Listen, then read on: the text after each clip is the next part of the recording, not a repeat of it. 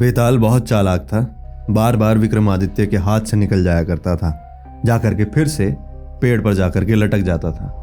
तो इस बार फिर से महाराज विक्रमादित्य उस शीशम वृक्ष के नीचे पहुंचे, क्योंकि उन्होंने तो वादा किया था कि वो लाश लेकर के जाएंगे और उस भिक्षु को पकड़ाएंगे। वहां चिता की मटमैली रोशनी में उनकी नजर एक बार भूमि पर पड़ी, यानी कि जमीन पर पड़ी। वहां पर एक शव पड़ा था, यानी कि एक लाश पड़ी थी जो धीरे धीरे करके करहा रही थी। उन्होंने शव को उठाकर कंधे पर डाला और चुपचाप उसे उठाए फटाफट से तेज गति से लौट पड़े। कुछ आगे चलने पर शव के अंदर से बेताल की आवाज आई।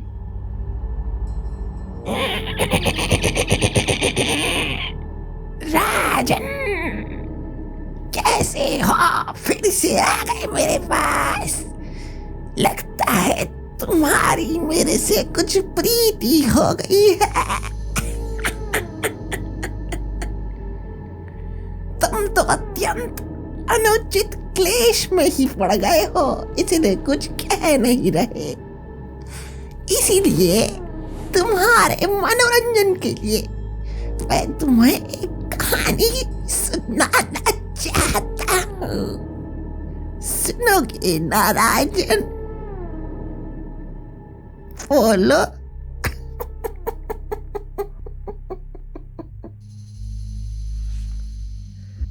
और इस तरीके से बेताल अपनी एक और दिलचस्प कहानी शुरू करता है। तो यमुना के किनारे ब्रह्मस्थल नाम का एक स्थान है जो ब्राह्मणों को दान में मिला हुआ था। वहां वेदों का ज्ञाता अग्निस्वामी, जो उसका नाम है अग्निस्वामी नाम का एक ब्राह्मण रहा करता था। उसके यहां मंदरावती नाम की एक अत्यंत सुंदर बेटी का जन्म हुआ। जैसे जैसे वो बढ़ने लगी, जब वो युवती बनी, अपनी टीनेज में आई और शादी के लायक हुई, तब 3 ब्राह्मण के लड़के उसको देखने आए। और सारे के सारे, यानी कि तीनों ब्राह्मण के लड़के समस्त गुणों से अलंकृत थे, बहुत गुणवान थे, लेकिन टीनेज में थे। उन तीनों ने उसके पिता से अपने लिए हाथ मांगा लड़की का, किंतु कन्या के पिता ने उसमें से किसी के भी साथ कन्या का विवाह करना स्वीकार नहीं किया, क्योंकि इसका कारण यह था कि उसको बहुत ज्यादा भय था। ऐसा करने पर अगर उसने किसी एक के साथ शादी करा दी तो वो तीनों आपस में लड़ मरेंगे, भिड़ जाएंगे। इस तरह वो कन्या बेचारी कुंवारी ही रही। वे तीनों ब्राह्मण अब हैं तो अपने टीनेज में, तो रोज वहां चक्कर लगाते, उसके घर के आसपास मंडराते, और वो इतनी सुंदर थी कि उसका सिर्फ चेहरा देखने के लिए घर के बाहर खड़े रहते थे। टकटकी लगाए दिन रात वहीं घूमने फिरने लगे। लेकिन कुछ ऐसा हुआ जो किसी को उम्मीद ही नहीं थी। एक बार, क्योंकि पुराने समय की बात है, इतना इलाज नहीं था, मंदरावती को अचानक से बहुत तेज बुखार हुआ और उस बुखार का ठीक से इलाज ना हो पाया, और उस बुखार के कारण उस बेचारी की मौत हो गई। उसके मर जाने पर तीनों ब्राह्मण कुछ पागल से हो गए। उदासी में, शोक में, बड़े व्याकुल से होने के बाद उन्होंने डिसाइड किया कि इसको संज सवार कर शमशान ले जाएं और वहां उसका दाह संस्कार करें। मतलब उसको अच्छे से लड़की को ड्रेसअप किया। उन्हीं तीनों ब्राह्मणों ने उसके पिता की मदद कराई और शमशान में ले गए। अब जब उनका संस्कार हुआ तो ब्राह्मण सोचने लगे कि भाई हमारा जीवन तो बेकार हो गया है, अब हम क्या करें। वो प्यार में इतने पागल थे, तो उसमें से जो पहला ब्राह्मण था उसने सोचा कि अब उसका जीवन बेकार है, तो उसने वहीं उसी शमशान में अपनी एक छोटी सी कुटिया बना ली, एक झोपड़ी टाइप की बना ली, और मंदरावती की जो चिता की भस्म थी, यानी कि जल करके जो भस्म बनी, जो राख बनी, उसको सिराहने रख कर भीख में जो भी उसको मिलता, खाना मिलता, पैसे मिलते, उसी से वो अपना गुजारा करने लगा। ये तो हो गई पहले की हालत। दूसरा जो था, उसने उसकी अस्थियों की जो भस्म थी, फिर से जो उसकी अस्थियों की जो राख थी, उसको वो उठाकर गंगा के तट पर ले चला। और तीसरा योगी, जिसके मन में सबसे ज्यादा डिसअपॉइंटमेंट थी, उसने सब कुछ छोड़ दिया। वो सब कुछ छोड़ने के बाद योगी बन गया और देश देशांतरों में भ्रमण करने लगा। बाहर निकल गया, घूमने फिरने लगा, सब कुछ भुलाने के लिए। तो योगी बना वो ब्राह्मण। वो एक दिन वत्रोलक नाम के गांव में जा पहुंचा। वहां अतिथि के रूप में उसने एक ब्राह्मण के घर में भाई प्रवेश कर लिया। पुराने जमाने में तो ऐसे ही होता था कि जो ब्राह्मण आते थे, जो तपस्वी आते थे, लोग अपने घर पे बुलाते थे और उनको भोजन करवाते थे। और ब्राह्मण द्वारा सम्मानित होकर जब वो भोजन करने बैठा, तब उसी समय पर एक बालक ने जोर जोर से रोना शुरू कर दिया।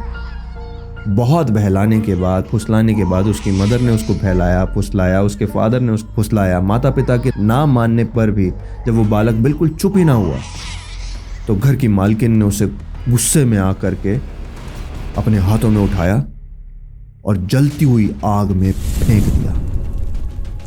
आग में गिरते ही उसका बेचारा जो बच्चे का कोमल शरीर होता है, इतनी सॉफ्ट स्किन होती है, बालक चिल्ला चिल्ला के आग में जलकर राख हो गया, जिंदा बालक।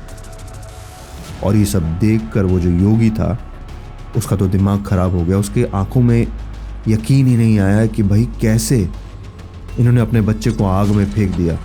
और उसने परोसे हुए भोजन को ऐसे फेंक करके मारा और उठकर खड़ा हो गया और बहुत ज्यादा गुस्सा हो गया। गुस्सा होकर के बोला, आप सभी का दिमाग तो नहीं खराब हो गया है? धिक्कार है आप लोगों पर। ये क्या करा आपने? अपने बच्चे को आग में फेंक दिया? ब्राह्मण कहते हो अपने आप को? अरे राक्षस हो तुम लोग, राक्षस! क्या करते हो तुम लोग? तुम्हारे घर का भोजन नहीं खाऊंगा मैं यहां से अभी निकल रहा हूं और एक दाना यहां का ग्रहण नहीं करूंगा। तुम तो पापी लोग हो, अपना जाकर के इलाज कराओ। और योगी के ऐसे ही कहने पर जो वहां का गृह स्वामी था, यानी कि जो बच्चे का फादर था, वो एकदम से बोल पड़ा, अरे अरे योगी राज, आप गुस्सा ना हो, एक बार बैठिए, शांत होए, मैं आपको समझाता हूं। कुपित ना हो, मेरा क्या, मैं वो बताना नहीं चाह रहा था। मैं बच्चे को फिर से जीवित कर लूंगा, कोई दिक्कत नहीं है। मेरे पास एक, किसी को बताइएगा, एक ऐसा मंत्र है जिसको पढ़ने से मरा हुआ व्यक्ति भी जीवित हो जाता है। बस मैं वो पढ़ूंगा और वो बच्चा जीवित हो जाएगा। और ऐसा कहते ही वो जो गृहस्थ था एक किताब लेकर के आ गया जिसमें एक मंत्र लिखा था। उसने मंत्र पढ़ा और उससे अभिमंत्रित धूल आग में डाल दी। आग में धूल पड़ते ही वो बालक फिर से जीवित हो गया और जैसे का तैसे जैसा वो था आग से निकल आया। जब उस ब्राह्मण योगी की चिंता शांत हो गई, तब जाकर के उसने वो भोजन ग्रहण किया, तब उसने जाकर के उस घर का खाना खाया।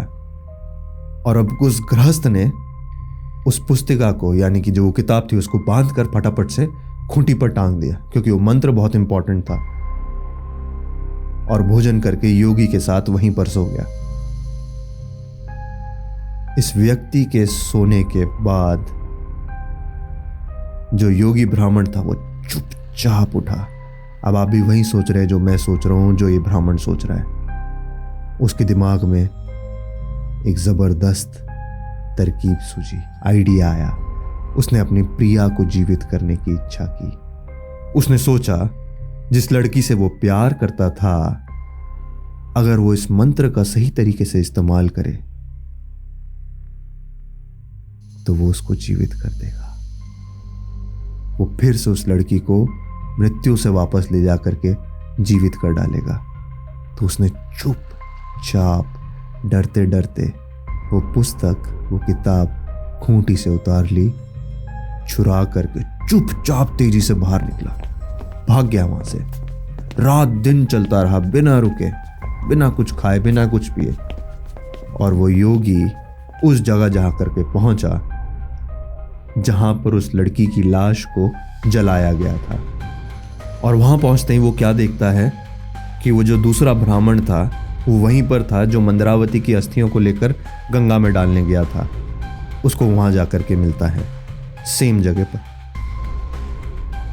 और तब इस योगी ब्राह्मण ने उससे और जो पहले वाला ब्राह्मण था जिसने वहाँ पर एक कुटिया, एक झोपड़ी बना ली थी और उसकी जो चिता भस्म से उसको सजा रखा था, उस पूरी कुटिया पर उसने उसकी भस्म लगा रखी थी। उससे वो कहता है, तुम कुटिया यहां से हटा लो, मैं एक मंत्र की शक्ति से ये जो भस्म है इसको मंद्रावती में बदल दूंगा, जीवित कर दूंगा एकदम से। तुम यहां से सब हटा लो। इस प्रकार उन्हें बहुत समझा बुझाकर उसने वो कुटिया वहां से उजाड़ डाली। तब वो योगी पुस्तक लेकर उसको खोलकर वो मंत्र बार बार पढ़ने लगा। उसे वो लड़की चाहिए थी, उसे उस लड़की को जीवित करना था, उससे शादी करनी थी। वो सब अपना योग भूल चुका था और भूल चुका था कि वो ब्राह्मण है। उसने धूल को अभिमंत्रित करके चिता भस्म में डाला और मंदरावती उसमें से जीती जागती वापस निकल पड़ी। अग्नि में प्रवेश करके निकलते हुए उसका जो शरीर था पहले से और भी अधिक चमकीला, और भी अधिक सोने जैसा, और भी अधिक अट्रैक्टिव लगने लगा। उसकी जो स्किन थी, उसकी जो चर्म थी, वो और भी ज्यादा चमक रही थी। उसका शरीर अब ऐसा लगने लगा था कि वो सोने से बना हुआ हो। और इस प्रकार उसको जीवित देखकर वो तीनों ब्राह्मणों में काम वासना पैदा हुई और उसको पाने के लिए आपस में लड़ने झगड़ने लगे। जिस योगी ने मंत्र से उसे जीवित किया था वो बोला कि वो उसकी स्त्री है, उसे उससे शादी करनी चाहिए क्योंकि उसने उसको जीवित किया, उसने अपने मंत्र तप से प्राप्त किया उसको और उसको जीवित करके, तो उस लड़की का उस पर हक है। दूसरे ने कहा कि ये लड़की इसलिए जीवित हुई है क्योंकि जो तीर्थों का प्रभाव था, जहां वो घूमता था, जहां वो गंगा में जाकर के अस्थियां विसर्जित करके आई है, उसकी वजह से हुआ। और तीसरे ने बोला कि भाई जो उसने तपस्या करी है, उसकी चिता भस्म में बैठ करके जो उसने कुटिया बनाई है, ये उसकी वजह से लड़की जीवित हुई है, तो उस लड़की पर उसका अधिकार है। यहां बेताल की कहानी समाप्त होती है। इतनी कहानी सुनाकर बेताल ने विक्रमादित्य से पूछा,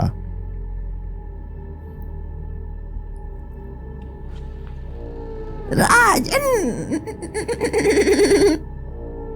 इनके इस विवाद के कारण तुम निर्णय करके बता, ठीक बताना कि वो लड़की किसकी होनी चाहिए। यदि तुम जानते हुए भी ना बतला पाए तो तुम्हारा सिर फटकर अनेक टुकड़ों में फट जाएगा। बताओ राजन, बताओ। बेताल द्वारा कहे हुए शब्दों को सुनकर राजा विक्रमादित्य ने कहा, अब यह सबसे इंटरेस्टिंग पार्ट है कि विक्रमादित्य क्या जवाब देता है।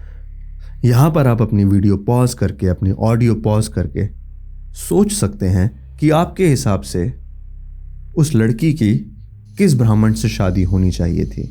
इसके बहुत सारे लॉजिक हो सकते हैं, तो आपके हिसाब से आप मन में सोचिए कि वो कौन थी और फिर प्ले करके सुनिए कि विक्रमादित्य ने क्या बोला। ठीक है बेताल, अब जिस योगी ने कष्ट उठाकर भी तंत्र से, मंत्र से उसे जीवित किया, अगर मेरी मानो क्योंकि उसने उसको जीवित किया तो वो तो उसका पिता हुआ ना। ऐसा काम करने के कारण उसे पति नहीं होना चाहिए बल्कि पिता होना चाहिए। और जो ब्राह्मण उसकी अस्थियां गंगा में डाल आया वो तो स्वयं उस स्त्री का पुत्र है। उसने तो उसका पूरा मरने के बाद सारा प्रोसेस किया, किंतु जो उसकी भस्म की शैया पर आलिंगन करते हुए तपस्या करता रहा और शमशान में ही बना रहा, वास्तव में उस ब्राह्मण को ही उसका पति समझना चाहिए और उसने उसके पति के समान आचरण किया है। वो उसके पति की तरह रहा है।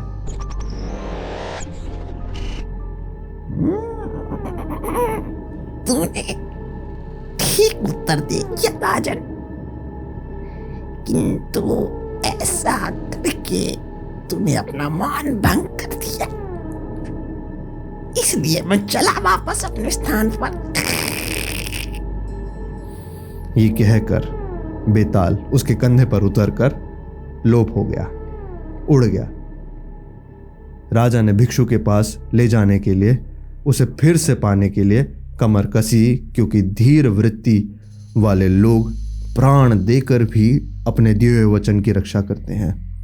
जो कमिटमेंट कर दी तो कर दी। तब राजा फिर से उसी स्थान की ओर लौट पड़ा जहां से वो शव को उतार करके लाया था। आपका इस कहानी को सुनने का बहुत बहुत शुक्रिया। इससे हमें पता लगता है कि राजा विक्रमादित्य के अंदर जो क्वालिटीज थी, जो कमिटमेंट थी, वो ज़बरदस्त थी। बेताल की चतुराई और उसके ऊपर विक्रमादित्य की भी चतुराई की शक्ति थी, लेकिन उतनी बुद्धि भी थी।